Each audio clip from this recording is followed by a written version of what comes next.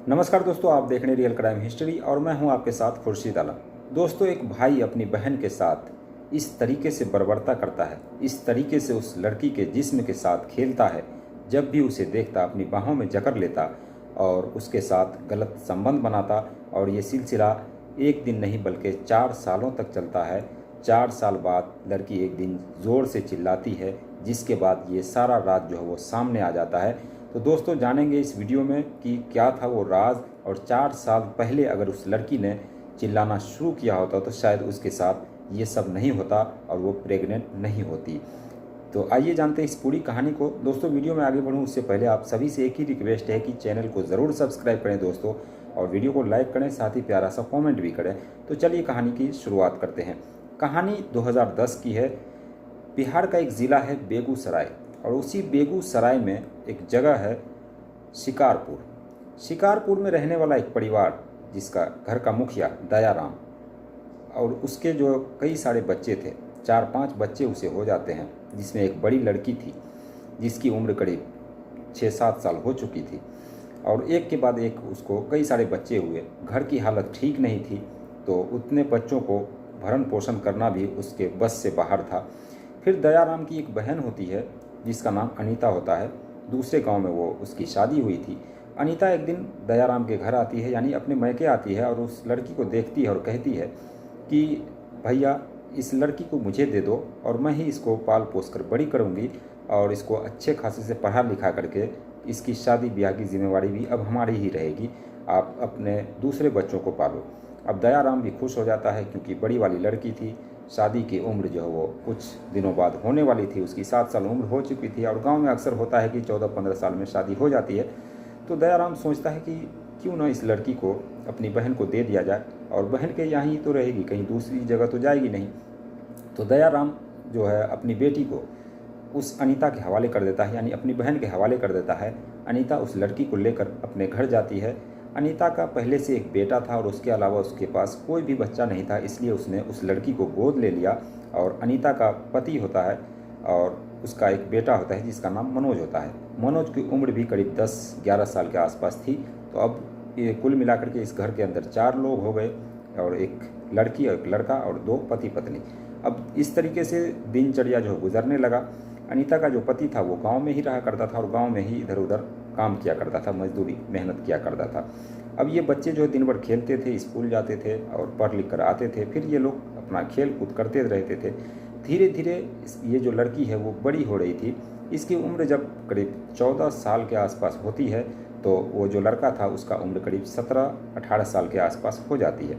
अब एक दिन ऐसा आता है कि ये जब लड़की बाथरूम में नहा रही होती है, तो वो जो लड़का है, क्योंकि उसका सोहबत जो है वो गलत था, वो अपने मोबाइल से ले करके उस लड़की की वीडियो बनाता है, और वीडियो बनाने के बाद उसको अपने मोबाइल में रख लेता है। और जब भी मौका मिलता उस लड़की को दिखाता है, कहता है कि ये देखो, तुम्हारी तस्वीर मैंने ली है, तुम्हारी वीडियो मैंने ली है। वो लड़की ये सब देख कर शर्मा जाती है और कहती थी, ये वीडियो तुमने कब बनाया और क्यों बनाया। अब ये लड़का जो है उस वीडियो के ज़रिए उसको ब्लैकमेल करने लगा। वो लड़की बार बार उसको मना करती रही कि वीडियो डिलीट करो, लेकिन वो लड़का डिलीट नहीं कर रहा था, यानी कि मनोज वीडियो को डिलीट नहीं कर रहा था।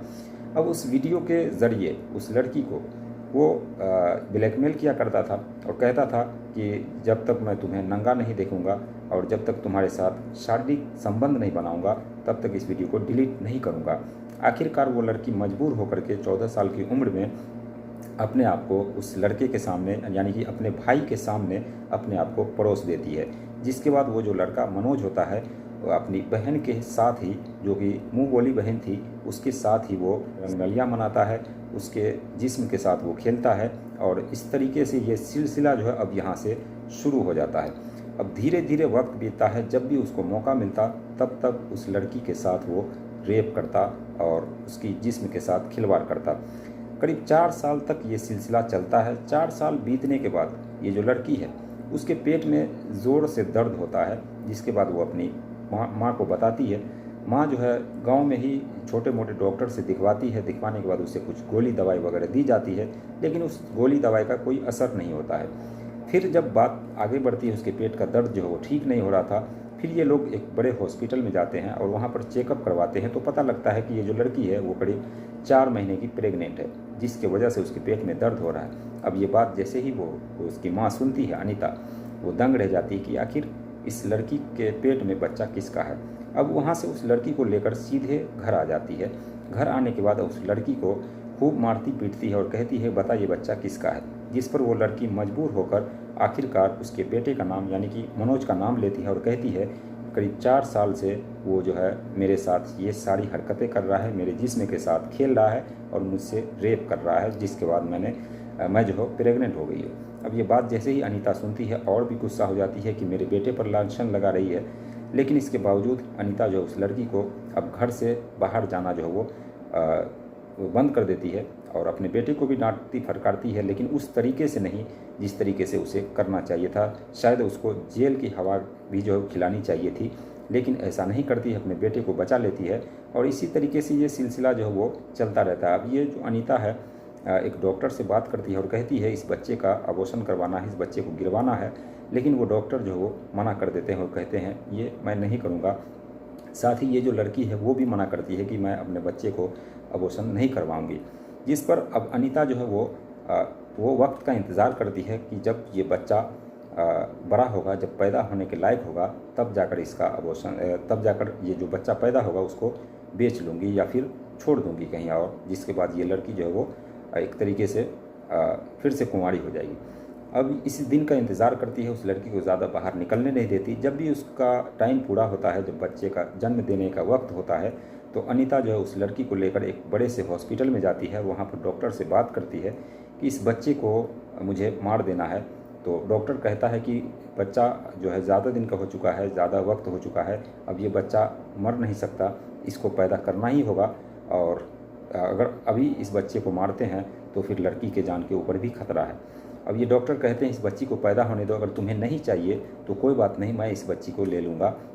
तो वो जो लड़की है वो एक बच्चे को जन्म देती है जो कि लड़का होता है। डॉक्टर उस लड़के को रख लेते हैं और वो जो लड़की है वो बेहोश होती है। फिर उसको घर लाया जाता है, जिसके बाद लड़की को पता लगता है कि उसको बच्चा हुआ था लेकिन मरा हुआ पैदा हुआ था। अनीता जो कहती है कि तुम्हारा बच्चा जो मरा हुआ पैदा हुआ था।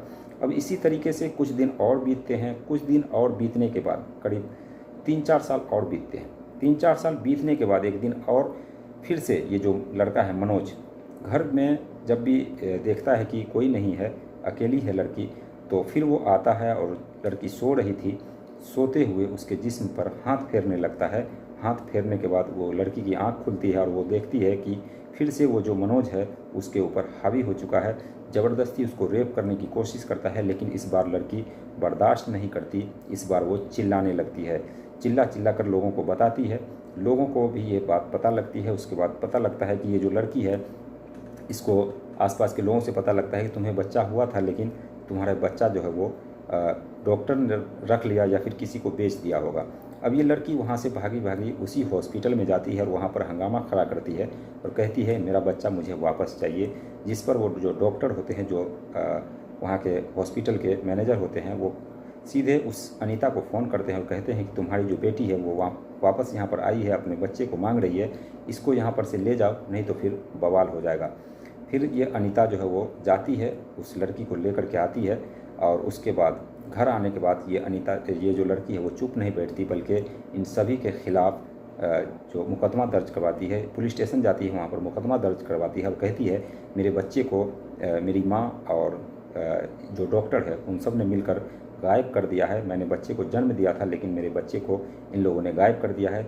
जिस पर उस लड़की की सुन ली जाती है और थाने से में जो रिपोर्ट दर्ज कराती है, उसके बाद इन सभी पर जो है कार्रवाई होती है। यानी कि अनीता, मनोज और अनीता के पति और वो जो डॉक्टर होते हैं वो डॉक्टर, इन चारों पर एफआईआर दर्ज होती है। इन सभी को गिरफ्तार करके पुलिस जो है वो जेल भेज देती है और इस पर कई सारी गंभीर धाराएं लगा करके इन सभी को जेल की सलाखों के पीछे डाल दिया जाता है।